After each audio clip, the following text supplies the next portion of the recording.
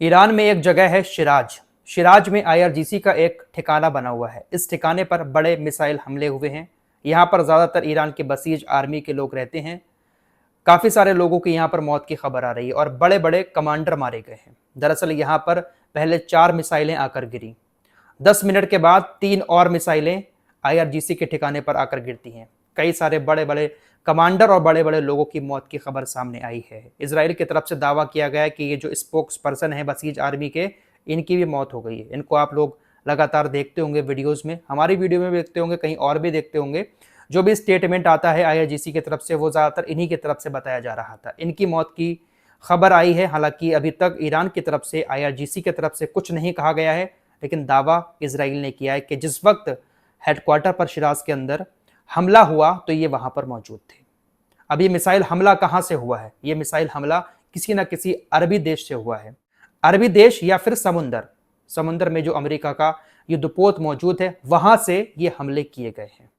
Iran जब मिसाइलें छोड़ता है तो निंदा करते हैं, लेकिन जब ईरान के ऊपर मिसाइलें छोड़ी जा रही हैं तो निंदा कोई नहीं कर रहा है। फिलहाल ईरान इस वक्त अपनी सबसे खतरनाक नागिन मिसाइल, सैजिल मिसाइल का इस्तेमाल ज्यादा कर रहा है।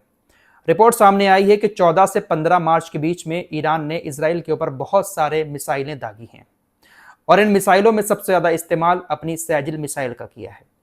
ये सैजिल मिसाइल, इसके बारे में आपने शायद सुना होगा। इसकी खासियत ये होती है कि ये जल्दी टारगेट पर नहीं आती है, इंटरसेप्टर मिसाइल के। ये मिसाइल लहराती हुई चलती है और अपना रास्ता भी बदलती है। जब ये आसमान में उड़ती है तो नागिन की तरह दिखती है, लहराती हुई जाती है, इसलिए इसको नागिन मिसाइल भी ईरान की कहा जाता है। इंटरसेप्ट मिसाइल जब इसको टारगेट करने के लिए लॉक करती है तो उसको समझ नहीं आता है कि ये मिसाइल कभी किधर जा रही है, कभी किधर जा रही है, इसलिए लॉक नहीं हो पाता है। तो इसको मार पाना बहुत मुश्किल है। हालांकि इजराइल ने इसको इंटरसेप्ट किया है, लेकिन बहुत मुश्किलों से, बहुत सारी कोशिशों के बाद इस मिसाइल को इजराइल मार पाता है। अब ईरान अगर 10 मिसाइलें एक साथ छोड़ता होगा तो क्या सारी मिसाइलों को तो इजराइल रोकता नहीं होगा? इजराइल के अंदर तबाही हो रही है, लेकिन इजराइल ने अपने देश के अंदर मीडिया को पूरी तरह से सेंसर कर रखा है।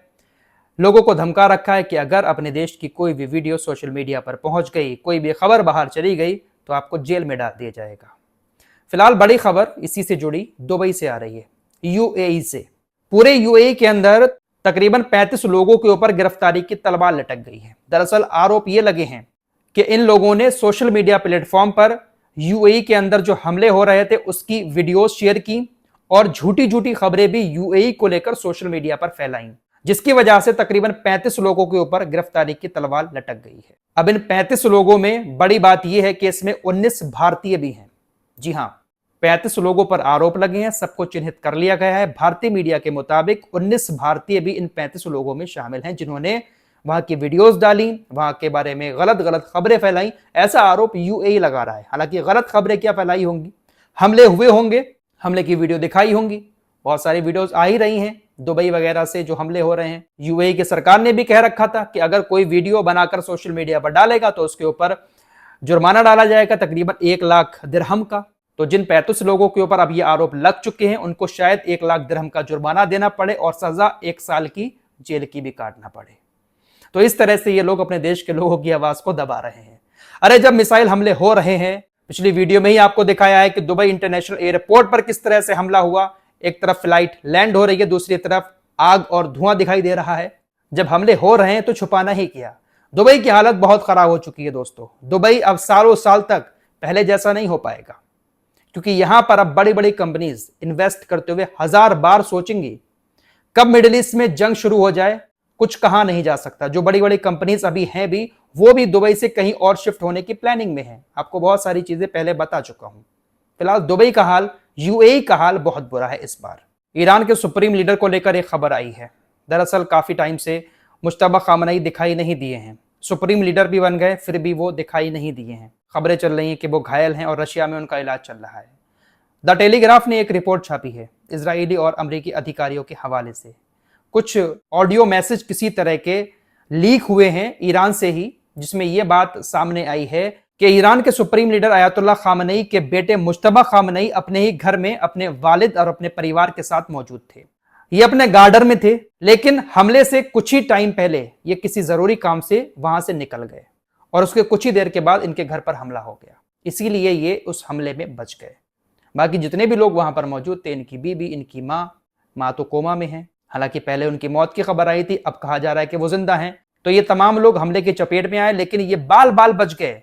द टेलीग्राफ ने यह बड़ा दावा किया है। ये बात 28 फरवरी तकरीबन 9:32 की है, जब स्पैरो मिसाइल इजराइल की इनके घर के ऊपर गिरी थी। 9:32 पर लगभग मिसाइल गिरी और ये तकरीबन 9:28 पर घर से निकल गए थे। एक तरफ अमेरिका इजराइल दावे कर रहे हैं कि ये घायल हैं, दूसरी तरफ इनके अखबार कह रहे हैं कि वो घर पर ही नहीं थे। ये लोग क्या खिचड़ी पकाते रहते हैं, समझ ही नहीं आता है। अमेरिका की मीडिया, भाई इसका क्या ही कहना। भारत की मीडिया को जो बात पता नहीं होती है भारत को लेकर, भारत के बारे में, वो बात अमेरिकी मीडिया की तरफ से पता चलती है। अब एक और जरूरी खबर सुनिए। स्टेट ऑफ हॉर्मुज बंद है, आप लोग सुन ही रहे हैं। ईरान किसी के जहाज को नहीं आने दे रहा है, तमाम देशों के जहाज वहां पर खड़े हुए हैं। भारत को लेकर एक खबर चली कि भारत की डील ईरान से हो चुकी है। हालांकि 2 टैंकर आए भी थे गैस के। ये जो स्क्रीन पर आपको दिखाई दे रहे हैं, ये अमेरिका के ऊर्जा सचिव हैं। इन्होंने कहा कि ईरान ने स्टेट ऑफ हॉर्मुज से गुजर रहे भारतीय जहाजों पर हमला नहीं किया क्योंकि भारत ने सौदा कर लिया है। ईरान ने उन पर गोलीबारी नहीं की क्योंकि ईरान ने शायद भारत के साथ कोई सौदा कर लिया है। यह बात किसने कही? अमेरिका के ऊर्जा सचिव ने कही कि भारत के जहाजों पर गोलीबारी नहीं की जा रही है, कोई सौदा हो चुका है। अब ये सौदा कौन सा हुआ है, इसकी जानकारी भी सबसे पहले अमेरिकी अखबार रॉयटर्स की तरफ से दी जा रही है। भारत को लेकर जानकारी कौन दे रहा है? रॉयटर्स दे रहा है, अमेरिकी अखबार। ये अमेरिका बहुत आगे आगे भागता है, भारत क्या सौदा कर रहा है इनको बहुत पता रहता है। रॉयटर्स ने दावा यह किया है कि भारत और ईरान के बीच सौदा कुछ इस तरह का हुआ है कि फरवरी के महीने में भारतीय जल क्षेत्र में, भारत के समुद्र में 3 टैंकर आए थे जिनको भारतीय तटरक्षक बलों ने जब्त कर लिया था। कुछ अनजान टैंकर थे, तस्करी के शक में भारतीय तटरक्षकों ने उनको पकड़ लिया, जब्त कर लिया। वो अभी भी भारत के पास ही हैं। उस वक्त ये खबर चली थी कि वो ईरान के टैंकर थे। हालांकि उस वक्त ईरान ने कहा कि नहीं, ये हमारे टैंकर नहीं है, इससे हमारा कोई लिंक नहीं है। लेकिन अब रॉयटर्स ने दावा किया कि ईरान ने अपने उन्हीं 3 टैंकरों को छुड़ाने की मांग भारत के सामने रखी है। भारत से सौदा किया है कि आप हमारे वो तीनों टैंकर छोड़ दो और अपने जहाजों को स्टेट ऑफ हॉर्मुज से निकाल लो। भारत के कई सारे तेल के जहाज स्टेट ऑफ हॉर्मुज के किनारे खड़े हुए हैं। रॉयटर्स की रिपोर्ट के मुताबिक अब भारतीय मीडिया भी कह रहा है कि ईरान ने भारत से सौदा किया कि 3 तेल के टैंकरों को छोड़ो, साथ ही साथ कुछ जरूरी सामान और दवाइयां भी हमें दो, और आपके जो जहाज खड़े हुए हैं स्टेट ऑफ हॉर्मुज पर, उसको हम जाने का रास्ता देंगे। यह सौदा हुआ है। रॉयटर्स ने सबसे पहले इसको चलाया। रॉयटर्स ने यह रिपोर्ट भी चलाई कि पाकिस्तान के 3 जहाजों को स्टेट ऑफ हॉर्मुज से ईरान ने निकाल दिया है, उनको भी जाने की जगह दे दी है। तो अमेरिकी मीडिया को हर बात की खबर रहती है। अमेरिकी मीडिया हर बात आगे आगे आकर सबसे पहले बताने की कोशिश करता है। अमेरिकी मीडिया की तरफ से वो बात बता दी जाती है जो ऑफिशियली देश की तरफ से भी नहीं बताई गई होती है। जैसे भारत को लेकर कोई खबर है, पाकिस्तान को लेकर कोई खबर है, तो भारतीय सरकार या पाकिस्तानी सरकार या किसी और देश की सरकार की तरफ से ऑफिशियली नहीं बताया गया होता है, लेकिन उससे पहले ही अमेरिका की मीडिया की तरफ से बातें शुरू हो जाती हैं। फिलहाल पिछली वीडियो में आपको बता चुका हूं कि इजराइल ने मस्जिद अक्सा को रमजान के महीने में बंद कर रखा है। खबर यह है कि जो ईद उल फित्र आने वाली है, इस ईद उल फित्र पर भी मुसलमानों के लिए मस्जिद अक्सा को इजराइल नहीं खोलेगा। हवाला वही दिया जा रहा है कि ईरान की मिसाइलें आ रही हैं, यहां पर गिर सकती है, इस वजह से हमने मस्जिद अक्सा को खोलने की इजाजत नहीं दी है। तो इस तरह से पाबंदी लगाई जा रही है ईरान की मिसाइलों का डर दिखाकर। कोई अपनी मिसाइल इजराइल वहां पर गिरा देगा और नाम ईरान के ऊपर लगा देगा। कुछ भी कर सकता है भाई ये। फिलहाल मिडिल ईस्ट में मौजूद अमेरिकी सैनिकों को लेकर वॉशिंगटन पोस्ट ने आज एक रिपोर्ट छापी है और बताया गया है कि पहली बार इराक, बहरीन, जॉर्डन, कुवैत और इजराइल, सऊदी अरब, यूएई, इन तमाम जगहों पर अमेरिका के जो सैनिक हैं, तकरीबन 200 सैनिक ईरान के हमलों में गंभीर रूप से घायल हुए हैं। 10 की हालत अभी भी बहुत ज़्यादा गंभीर बनी हुई है। मौतों का आंकड़ा नहीं बताया गया है, लेकिन 200 से ज़्यादा सैनिक बुरी तरह से घायल हुए हैं।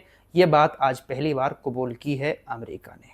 तो आप सोच सकते हैं कितने लोगों की हालत ख़राब की है ईरान ने मिडिल ईस्ट के अंदर। फिलहाल के लिए इतना ही, कुछ और खबरों के साथ फिर हाजिर होंगे। अपना ख्याल रखिएगा। अल्लाह हाफिज़।